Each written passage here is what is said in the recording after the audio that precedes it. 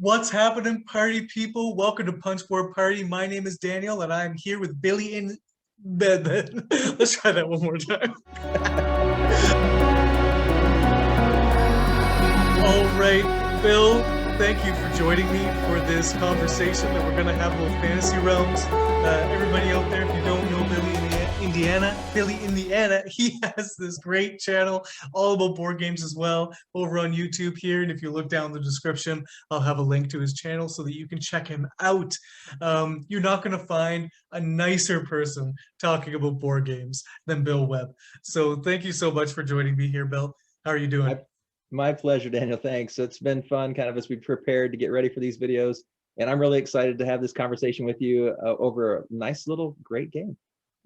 Yeah, so spoiler alert, we like this game. So this review is just going to be us sort of talking about different things about it. You know, my normal review videos, I kind of go through 5 things, 6 things, however many things I can think of about the game, some good, some bad, some neutral.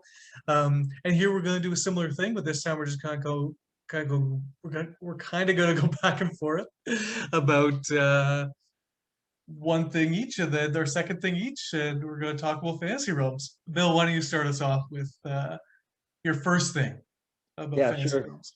Be glad to. So the thing that I really like about fantasy realms, first off, is just the art, like the art even on the box cover, the art on the cards. And I've always been a sucker for fantasy theme, and so that theme, even though really like this game could be tacked to any theme, but I like the way the theme sort of pace, like the king and the queen and the armies go together. So there is that theme kind of woven throughout the cards, and the art on the cards is really attractive to me. So just the beauty of the game and that theme is one that I like, fantasy theme. Yeah, it's kind of a classic style, right? And I noticed we have kind of a different cover. Oh yeah. But again, it's just art from the cards, but yours is a little more fleshed out with the mountain in the back there. But it has a classic art style. Now, my wife Sarah did not appreciate some of the art because the ladies are a little bit voluptuous here. Yeah, so I can see that. So just like there's these elementals, and you know, it's like water, but they're all like nudie bodies in like a water form and stuff. So my wife wasn't super appreciative of how the female body was represented. So if that's something that you don't appreciate, just a warning about some of that. But I do agree. I think the art style is very classic and engaging and fun. Yeah, good insight too. Yeah, just to be aware of that thing. So my first thing about Fantasy Realms is that it works well with a lot of player counts. So you're working between, on the box it says 3 to 6, and it's funny because the designer on Board Game Geek, Bruce Glasgow, Yeah. he talks about how he doesn't know why WizKids said it was 3 to 6 because it plays fine with 2, and there's a nice 2-player variant in the rulebook that plays really nicely. And so if you want to play this game with 2, it's no problem. And I would recommend playing with the variant. I think it works a little bit better. But I've played with just the normal way with 2-player, and it worked fine as well. So I think this game will play really well with multiple player counts. I played with 2 and I played with 4, and those both worked really well. And I don't see it changing too much.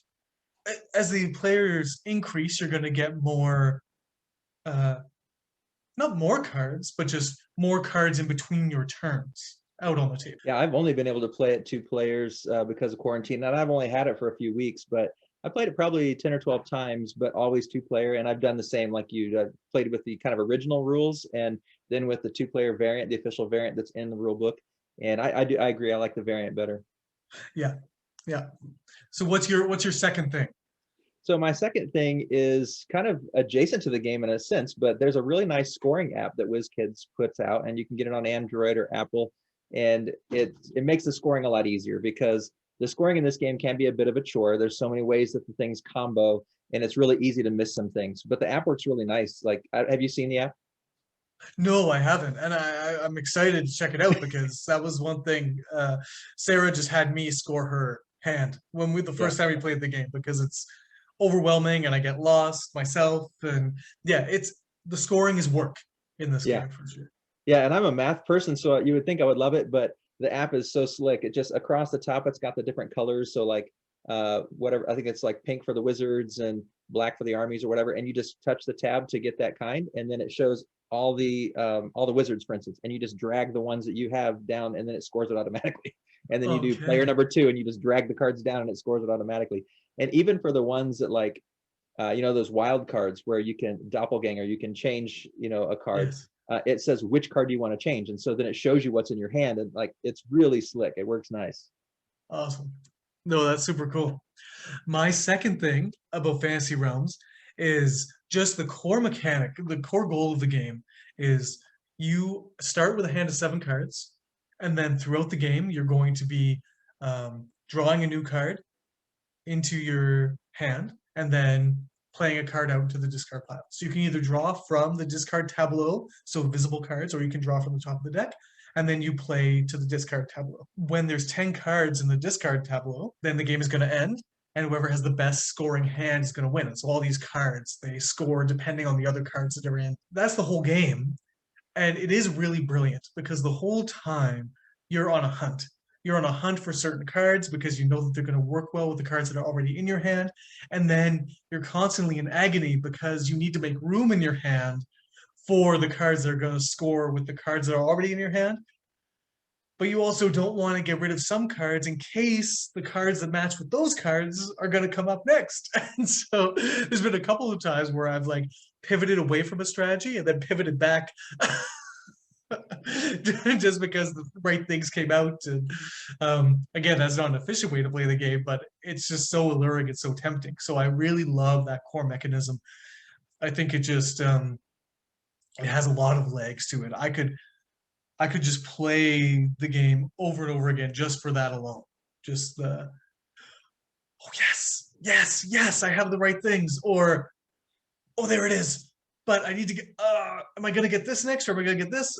So just really, yeah, really cool core mechanism in this game. Yeah, I like the way you can pull that card back up later if it turns out to be one you discarded that you actually end up needing. And Yes. I also, there's that agony too of, man, I don't need this card, but it might be exactly what they need. So it's like, Yes. Oh my goodness. Yes. I made a terrible decision in the 4-player game we played where there's 3 cards, I think, in the deck that if you have them all together, you get like 100 points yeah, or something. And I had one of them. And my brother-in-law, without me knowing, had 2 of them. He drew 2 of them, his starting hand. He had 2. mm, And so I said, it's really risky to play this, but I need to make room for this other card. yeah. And I did it. Nothing worse than that feeling of you discard and you see their eyes get big. Yeah, yeah, you know what you've done. Yes, Yeah. So that happened to me. Well, that actually takes me into my next point, which is there's a fair bit of luck in this game. So you might be dealt a brilliant combination, or most of a brilliant combination, or you might be dealt something that you feel like nothing goes together here, and then you don't see all the cards because there's what is it, a 50-60 card deck? I think it's 53 cards. Okay. And so, yeah, you're not going to see all of them in a game. And so that one you really need may never even show up. You may never even have the opportunity. So there's that luck of, will the cards show up that you need? Will one person get a better draw or better deal than the other person? But it doesn't throw me off too much because it is very quick, 10, 15 minutes. And, you know, you're in and out. And so, yeah, I got blown away that game and it felt like I just had bad luck, but hey, let's play again, you know?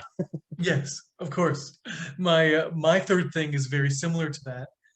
It's kind of twofold. So it's really hard to know where to start when you're starting the game, and it's also hard to know how to accomplish your goal once you figure out where to start. So again, you're going to start with a hand of cards, and especially for new players, you're really not going to know where the best way to go is, because the way the different cards score, a lot of them are fairly similar. Like it's, you're going to get 8 points each if these cards are, if you have, for every card of this type that you have with this card, but you're going to get minus 30 if you have this card. And so you have all this, oh, but I need this because it takes away the penalties of these cards, but I need, but it can be really hard to know on the outset, should I go this way or should I go that way? And that's because of your point, Bill, where you don't know if those cards are going to come up. So I might have cards that require, like I might have a card that's going to score me a lot of points, but the card I need to score me a lot of points, I haven't seen it yet. I don't know if I'll see it. Mhm. And then I have cards that will score me some points, and I have those cards in hand already. So it's just, do I go with the strategy that's kind of more built, or do I kind of just scrap it and go for the long stretch and see if I actually get what I want? So I think for me that's a little it's tricky because it's fun on the one hand because that was my last point, Mhm. but it's also a little frustrating to not have a clear direction. Yeah, yeah. I think especially if you don't know the cards yet, then you're even feeling less clear. Like, what do I do? Yeah. Mhm. Yeah. Well, my next one is kind of related still. I think there's going to be a theme because the strategy and the play of this game is so unique. But that whole push your luck gambling sort of feel, I really am drawn to that in this game for some reason. And I tend to be a bit more of a strategic, kind of slow but steady, think about the big combos in a lot of the games I play. But because this game's so short, this is one where I'm going for it. Like, I'm not a gambler. Like, I don't gamble on sports or anything like that. But gives me that thrill. I think of what that's probably like, because it's like, okay, this is a long shot, but it's a 10-minute game. I'm going for it. Like, I'm gonna try to get that 100-point combo. And so that feeling that you get of really wanting to go for those really impossible combos, I like that thrill, even though it doesn't work out a lot of times. Yeah, yeah, no, for sure. There is something hugely satisfying when you do pull it off, though, Yeah. right? Like that's just amazing. Um, my my fourth thing is, I already mentioned it a little bit, but for a filler game, I find this hard to introduce to new gamers. I brought it to the table with my brother-in-law and his girlfriend, and I thought that it was going to be just a nice sort of way to fill the time, kind of warm up the night. It's just there's a lot of words on the cards, and when you don't understand terminology, like it has its own language a little bit, like penalty and blank, and there's just some keywords. And so if you play lots of card games, like deck builders especially, no problem, right? Mhm. It's the same kind of thing. Yeah. But for a new player, they're gonna leave with the feeling of, well, that didn't feel great because I was lost the whole time. Yeah. You know, I was just picking up and discarding cards and just hoping for the best. Because what someone I was playing with, what she ended up doing was just going for the big point numbers on the core points on the card, Oh, and just sort of ignored how things scored because it was too confusing initially for her. mhm. And again, that kind of experience is a bit of a shame because you don't want to put a bad taste in someone's mouth for a game that is quite good. Um, you want to start things off with a bit more of a bang, and I think this just kind of has a bit of a step up. Before they play this, they should have played some other games. Yeah, it's interesting in how simple of a game it is on one respect. That depth can be, I think, a turnoff for people who don't have a lot of experience, because it's a lot to think about. Yeah, yeah, for sure. Yeah. So what's your number five? What are we Yeah, doing my here? next one, when you do see that combination in your hand and you realize, oh, I could use this card to change the color of that card, and then that gets me the run that I need for this one, and you like seeing how they all synchronize and synergize, and you just feel so clever. That feeling it gives you, man, I'm smart, and you're probably really not, but it makes you feel smart. I think you're smart, Bill. It's good. It's good. No, for sure. Um, that's something I love about the game too. Not that I've experienced that too often. My number five is, you're at a serious disadvantage if you don't know what's in the deck. I think I think this would benefit from taking 10 minutes before you start the game with people you haven't played with before and just handing around cards and just saying, just take a look at the kind of cards that we're talking about here. Mhm. Um, so then you can kind of get a feel for what's out there so that you can pre-plan for if you do want to take one of those long shots. Yeah. You know what's in the deck to do that with. Because after my first couple of plays, I was like, oh, I would have played that much differently Mhm. based on what's in the deck. Because you get an idea of kind of, because some of the cards tell you like the princess scores if with the prince, or sorry, the queen scores more if with the king, and you get to, so you get an idea of, oh, there's a king out there that would be better for me to have. Mhm. But some cards you're not entirely sure what you're looking at. Like there's a combination of these weather cards, Yeah. and it says, you know, if it's with blizzard or great flood, then this, or if it's with that. And so just to get a sense of what those cards do themselves, Mhm. um, because they come at a cost. It's not Yeah. just scoring points, but they're also going to do things that will work against other strategies. So if you know how these cards work together, you're going to do a lot better, and you're going to have a lot more of a clear sense of what you're doing in the game. Yeah, that familiarity really does help. I wonder, just thinking of this as I'm listening to you, I wonder if you did that at the beginning and you organized them by their color. Because I think there's 5 of every color except for the wilds, and then there's just 3 wilds. And Right. I know that a lot of the combinations overlap from one color to another, but maybe seeing them even color by color. I don't know. It'd be interesting to try that. Yeah, yeah. Well, just kind of a bit of a. There's so many ways to teach war games, Yeah. but and I haven't tried it too much. But sometimes just handing around the deck of cards and just, hey, take a look at what's in here. Yeah. Um, Yeah. As a teacher, those kind of things catch my attention because I'm like, well, how can I teach this better? yeah, for sure, for sure. Well, Cool. So my I think we're last rounding it out here. Yeah, So yeah. My last one is even when I lose, because I think maybe because of my math nature, because I love those combos so much and I love that clever feeling, even when I lose, I always want to see what the other players' combos were. And I just enjoy looking at what they did, even if they just beat me. It's like, because then I'm like, oh, I would have never thought to do that. Or, you know, what a great combo, how you thought to connect those two things. Um, so I even enjoy when I lose actually looking at the combos that the other players can create. So no, that's awesome. And my last thing is just after I play a game of this is an instant play it again feel. Like I could play this game 5 times in a row and just love it because it just has that addictive flavor of, like you said, wanting to try out something else again that you might have missed or that someone else did, and you were like, oh, if I could try and lean my strategy in that direction next time, I could do better. So let's try it. And because it plays so quick, you just want to give it a go. So this is a really nice light. Like it has a complexity in terms of how the cards interact, but the play is light, and it's not too burdensome once you grok kind of how everything works together.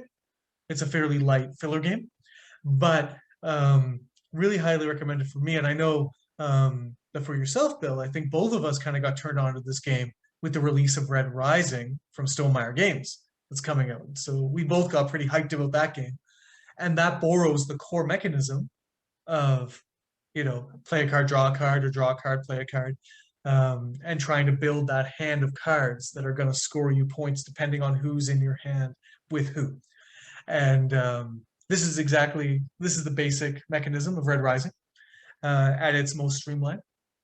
I think it's really good. I think it's really, really good. And you even went out and you bought the books of Red Rising based yeah, on. yeah, same thing for me. I actually had heard before in some of Jamie Stegmaier's videos when he gives top 10 lists and stuff that he really liked Fantasy Realms. So it had kind of been on my list of, hey, need to check out. But then when Red Rising was announced, a game, I was like, okay, that sounds like a game that I really now want to for sure check out because I tend to like Stonemaier games. And so Yeah.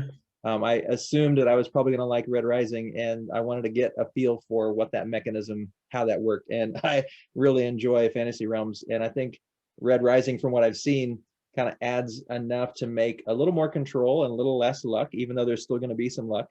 Yeah. And definitely makes it more gamified, even though it's still not a real long game. No.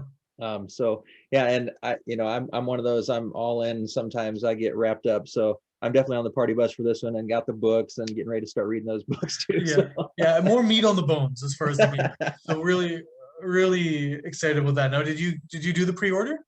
Yeah, I did. Okay, awesome. Yeah. Did you? So, yeah, yeah. So we'll be able to put out our reviews around the same time again, probably. So, Yeah, I can't wait to get it. It's going to be a lot of fun, I'm sure. And so far, everyone that I've taught Fantasy Realms to here in our house, because we have a few family members here living with us right now, they've all enjoyed Fantasy Realms. I just haven't ever been able to get more than one of them to play with me at a time because of the busy schedules. But right. yeah, I'm kind of priming them so that when Red Rising gets here, like, okay, now you know that game and you like that one. So So let's play this. Yeah. So Bill, give me some final thoughts on Fantasy Realms. yeah, Fantasy Realms, I think, is going to stick around in my collection for a long time because, especially when I am playing games with my wife, and she and I play the vast majority of games. It's nice to just every once in a while, we don't really have time for an hour-long game or 90-minute game. And so what's something we can play maybe a couple rounds in 10, 15, 20 minutes. And once you've learned the game and once you're somewhat familiar with the cards, unless you go a really long period of time between plays, you're going to kind of remember those synergies. And the more you play it, I think the better you're going to get at it because you become more familiar with the cards. And you might start to be able to predict which of those strategies are more likely to be able to pull together. So yeah, this is a game we're going to keep around. I think it's going to get a lot of playing time here at our household. I really enjoyed it and glad I invested in it. Oh yeah, that's awesome. So for me, Fantasy Realms fills this really particular niche where it's a filler game that I really enjoy playing. I Mhm. like filler games, but I usually use filler games for the sake of others, right? Yeah. I play filler games for people who are just getting into the hobby or family members, or if I want to play games, but I know that I can't play anything heavy with the group I'm with, filler games come out. Yeah. But this kind of strikes this balance of it's a filler game. It's quick, it's light, it's pretty easy. But because of those card combinations and the way that your brain just works, it kind of gives you that extra level where you feel like you're playing a meatier game, even though it's pretty quick and slick. So it really fills a void in my gaming library where it's a filler game that I'm not just choosing because I know that you'll like it, Yeah. but I'm choosing it because you'll like it, but I'll like it as much. You know? Yeah. So I really recommend Fantasy Realms to all of you. Go ahead and pick it up. So thank you so much, Bill, for My joining me on pleasure. my channel to talk about Fantasy Realms. And we got another video that we recorded, and it was all about cartographers, and that's going to be on your channel. So down below in the description, I'm going to link Billy Indiana so that you can check out our video on cartographers there. And please send a subscribe out to Billy Indiana because he has some awesome content. And again, just a kind, peaceful presence that you don't find on my channel because I'm always just yelling at you and excited about what's going on. And Bill, he is equally as excited about games, but he comes with this real calm and this peace. And I could just listen to him for hours. So enjoy his channel as much as mine. And so with that, do you have anything that you want to pitch before we get going here? Oh no, just thanks, Daniel. I've really enjoyed getting to know you. The time we spent online, preparing and then filming this week. It's been just a pleasure. I hope we can look forward to some other great collaborations in the future. It's been a wonderful experience for me, and really glad that you gave me the opportunity to join you on this one. Oh yeah, and thank you so much too. I really enjoyed this collaboration. I think that these kind of collaborations, we should do more of them in the future and get some other small creators together and do some more things because this is just a way for us to continue to grow the hobby and share that love and joy of board games. And so until next time, have the best day.